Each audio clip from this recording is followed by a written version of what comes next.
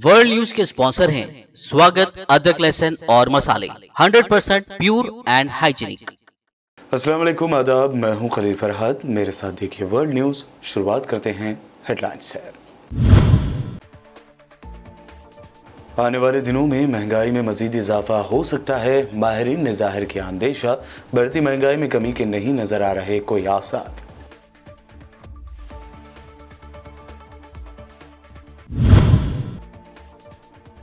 यहूदियों की जानिब से मस्जिद अल अक्सा की बार बार बेहुरमती जारी। इसराइली फुल प्रूफ सिक्योरिटी में फिर मस्जिद अक्सा में दंदनाते हुए दाखिल हुए यहूदी आबादकार।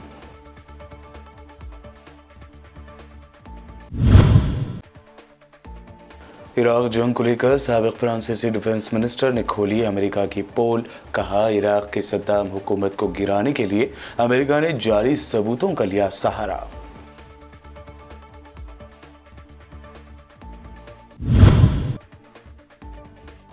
गुजरात फसादात के मुजरिमीन की वक्त से पहले रिहाई को चैलेंज करते हुए दाखिल की गई अर्जी पर जल्द समाअत की मांग सुप्रीम कोर्ट में नामंजूर।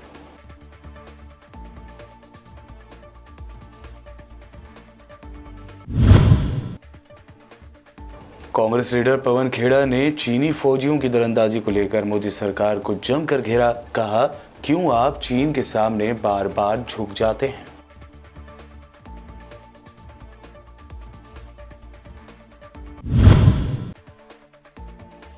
और भारत जोड़ो यात्रा के दौरान राहुल गांधी ने आदिवासियों को बताया भारत के असल मालिक। बीजेपी पर उन्हें वनवासी कहने का लगाया इल्जाम।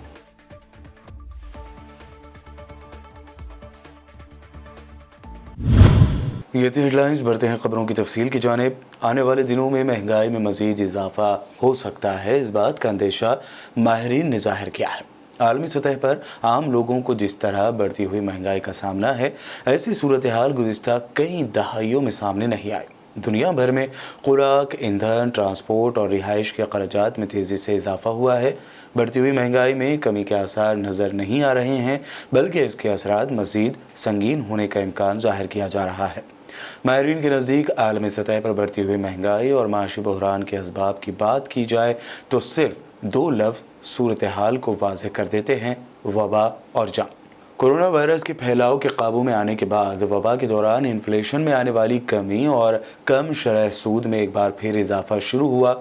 लॉकडाउन के दौरान हुकूमतों और मरकज़ी बैंकों को कारोबार और आम लोगों की मदद के लिए खरबों खर्च करना पड़े। काबिज़ सियोनी फ़ौज ने मस्जिद अक्सा के सहनों पर फिर एक मरतबा धावा बोल दिया। बातज़ा यहूदी आबादकारों की बड़ी तादाद ने इसराइली पुलिस और फ़ौज की फुल प्रूफ सिक्योरिटी में मस्जिद अक्सा में दाखिल हुए। बताया गया है कि काबिज़ फोर्सेज ने मंगल को अलसबह मस्जिद अक्सा के सहनों में धावा बोला और जगह जगह फैल गए।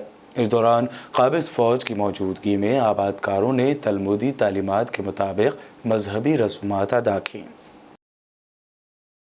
इराक जंग अमेरिका का जहनी जुनून था, इस बात को लेकर एक और सबूत मंजर आम पर आ गया है। दरअसल फ्रांस की साबिक खातून defence minister Michele Alliot Marie ने पॉलिटिकल मेमोरी प्रोग्राम में इंकशाफ किया कि इराक पर अमेरिका की फौज कशी गलत और जाली सबूतों की बुनियाद पर की गई थी। उनका कहना था कि पेरिस ने इस वक्त अमेरिकी क़यादत की तरफ से इराक पर हमले के लिए पेश करदा जवाज़ मुस्तरद कर दिए थे।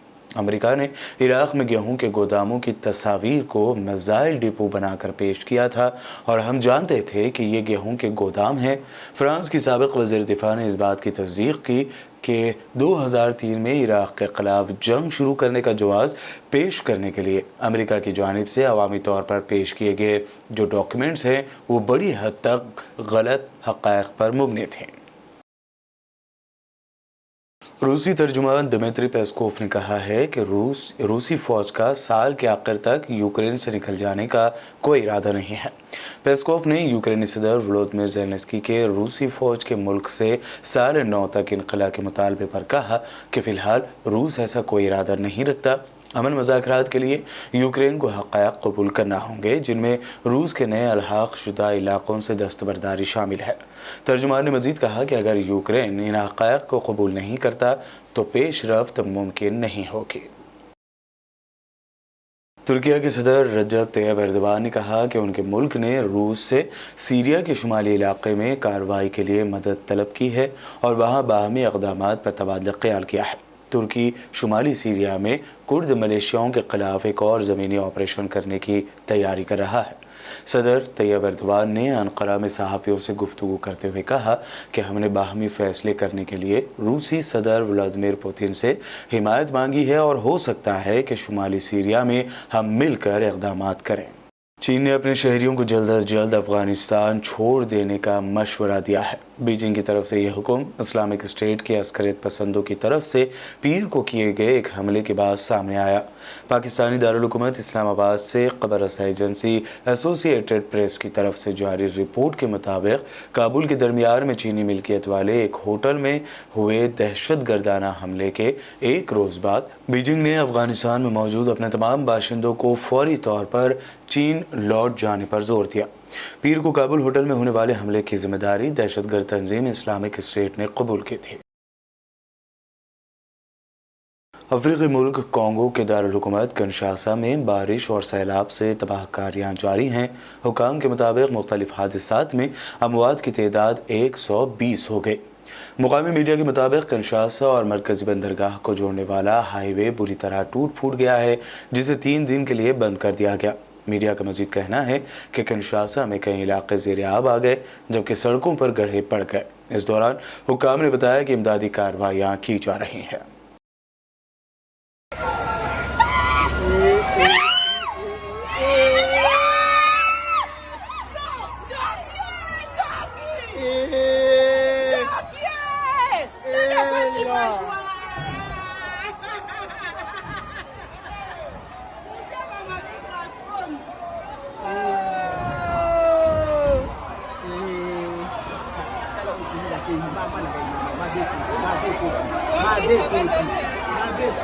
बुलेटिन में वक्त हुआ है एक शॉर्ट ब्रेक का। जल्द लौटेंगे और देखेंगे मजीद अहम खबरें।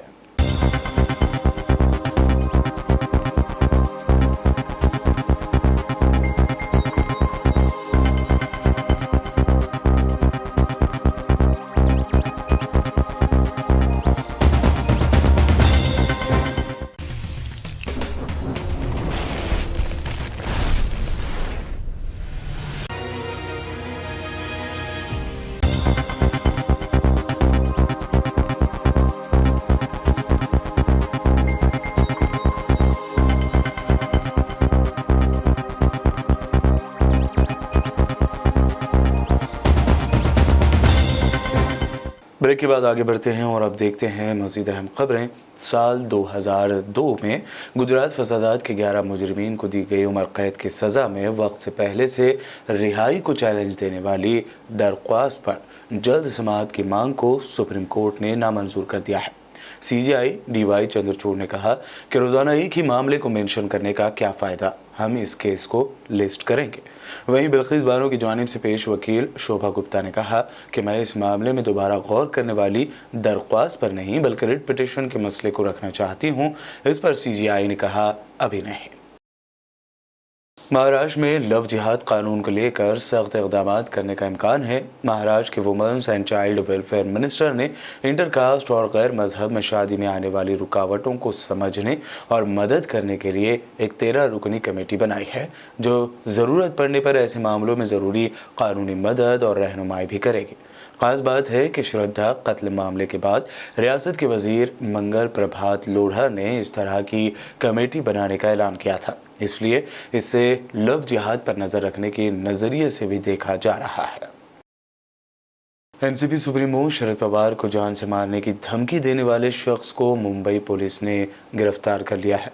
मुलजिम का नाम नारायण सोनी है, जो बिहार का रहने वाला है। मुंबई पुलिस इसे आज अदालत में पेश कर रही है। इस मामले में पुलिस ने IPC की मुख्तलिफ दफ़ात के तहत शिकायत दर्ज की थी। मुलजिम ने शरद पवार को हिंदी ज़ुबान में जान से मारने की धमकी देते हुए कहा कि वो मुंबई आएगा और देसी पिस्तौल से उन्हें गोली मार देगा। मुलजिम की धमकी देने के पीछे वजह बताई जा रही है कि 10 सालों तक पूना में रहा, उसकी बीवी ने उसे छोड़ दिया और किसी दीगर शख्स से उसने शादी कर ली। मुलजिम का कहना है कि शरद पवार ने उसके केस में कोई कार्रवाई नहीं की, इसीलिए वो गुस्सा है। पुलिस ने मुलजिम को ज़हनी मरीज बताया है। कांग्रेस लीडर पवन खेड़ा ने अरुणाचल प्रदेश में चीन की फौज की दरअंदाजी को लेकर नरेंद्र मोदी हुकूमत पर शदीद तनकीद करते हुए कहा कि क्यों आप चीन के सामने बार बार झुक जाते हैं और देश की आर्मी की तौहीन करते हैं। अरुणाचल प्रदेश को पूर्ण राज्य का दर्जा कांग्रेस ने दिया, इनकी तरह नहीं कि पिछले साल हम इनको बार बार चेतावनी दे रहे थे कि चीन नाम बदल रहा है अरुणाचल प्रदेश में कई इलाकों के, तो मोदी जी कहते थे नहीं कोई बात नहीं, नाम बदलने से क्या होता है देख लीजिए, अब आप दरवाजे पर दस्तक देने आ गए। तापिर गांव तो आपके एमपी हैं अरुणाचल से, तापिर गांव आपको कहते रहे कि 60-70 किलोमीटर चीन अंदर घुस आया है, आपने कहा नहीं कोई बात नहीं आने दीजिए।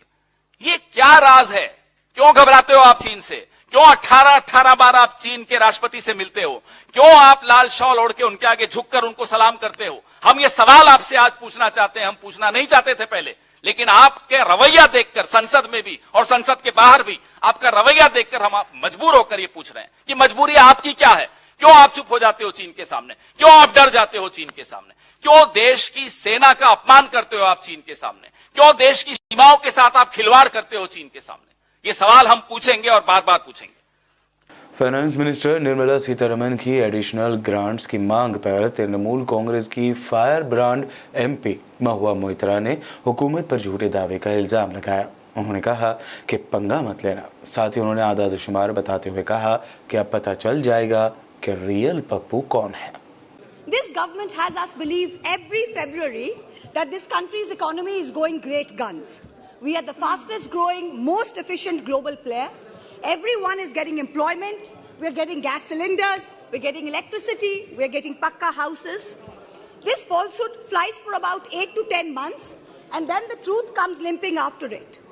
And now we are in December, and the government says it needs another 3.26 lakh crores of additional funds over and above the budget estimate. The government and the ruling party coined the term Pappu. You use it to denigrate, to signify extreme incompetence. Let me use the next few minutes to point out what the data, the statistics tell us as to who the actual Pappu really is. NSO numbers were out yesterday. Industrial output has shrunk by 4% in October to a 26-month low. The manufacturing sector contracted 5.6%. Manufacturing is still the biggest generator of jobs. 17 of the industry sectors that make up the index of industrial production have recorded negative growth rates. Forex reserves have fallen by $72 billion in under a year. The Honorable Finance Minister yesterday during question hour mentioned how apparently 50% of FII inflows into emerging markets are coming into India. Wonderful. But her colleague, the Minister of State for External Affairs, just last Friday, in response to a question in this very house, stated that almost 2 lakh people, 1,83,741 people, renounced their Indian citizenship in the first 10 months of 2022. This exodus in 2022 takes the total number of Indians renouncing Indian citizenship under this government in the past 9 years since 2014 to over 12.5 lakh people. This year has already seen more people giving up Indian citizenship than any single given year. High net worth individuals are willing to pay up to $1 million to get citizenship of Portugal, of St. Kitts, of Greece. Is this the sign of a healthy economic environment? Of a healthy tax environment? Who's the Pappu now? Bharat जोड़ो यात्रा के दौरान कांग्रेस कायद राहुल गांधी ने आदिवासियों पर बड़ा बयान देते हुए कहा कि बीजेपी वाले उन्हें वनवासी कहते हैं, लेकिन यही वनवासी हिंदुस्तान के असल मालिक हैं।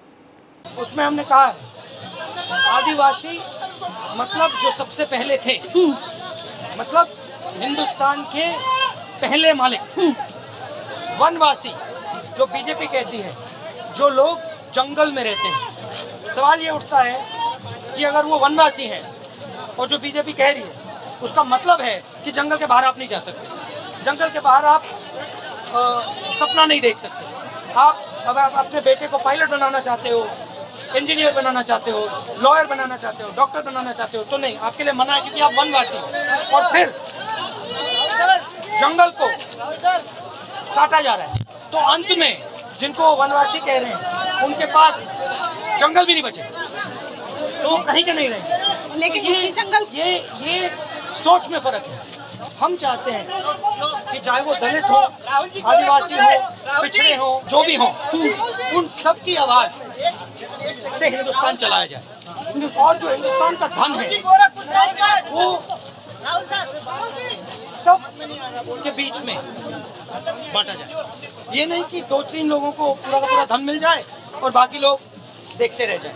ये सबसे बड़ा फर्क है बीजेपी और कांग्रेस में। और अगर आप हमारा रिकॉर्ड देखें शुरुआत से, मैंने आपको संविधान की बात करी, हरी क्रांति की बात देखिए, सफेद क्रांति की बात देखिए, बैंक नेशनलाइजेशन देखिए, लिबरलाइजेशन देखिए, प्रिवी पर्स देखिए, मनरेगा देखिए, पूरा हमारा रिकॉर्ड है।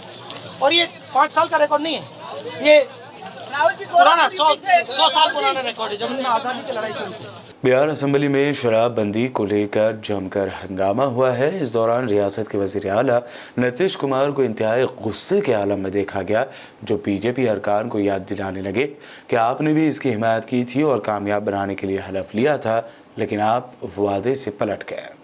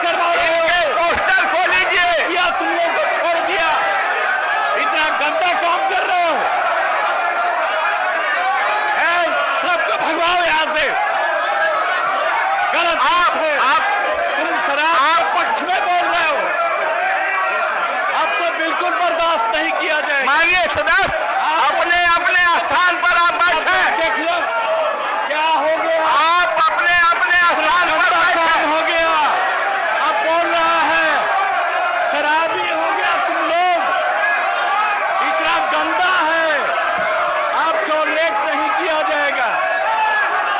आप जो कर रहे हो ये पूरे बिहार में चलेगा, और गंदा काम।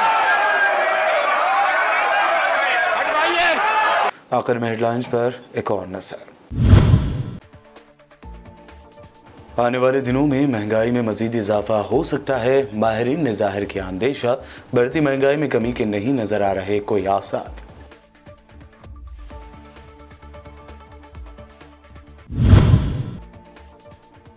यहूदियों की जानिब से मस्जिद अल अक्सा की बार बार बेहुरमती जारी। इसराइली फुल प्रूफ सिक्योरिटी में फिर मस्जिद अक्सा में दंदनाते हुए दाखिल हुए यहूदी आबादकार।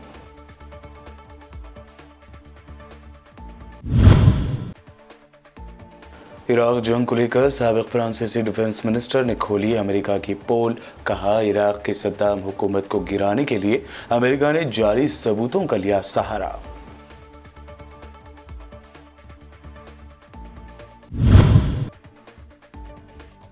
गुजरात फसादात के मुजरिमीन की वक्त से पहले रिहाई को चैलेंज करते हुए दाखिल की गई अर्जी पर जल्द समाअत की मांग सुप्रीम कोर्ट में नामंजूर।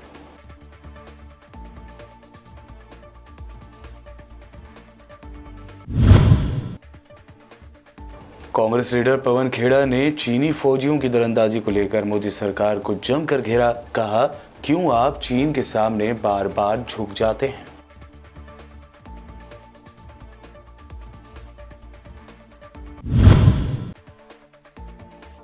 और भारत जोड़ो यात्रा के दौरान राहुल गांधी ने आदिवासियों को बताया भारत के असल मालिक। बीजेपी पर उन्हें वनवासी कहने का लगाया इल्जाम।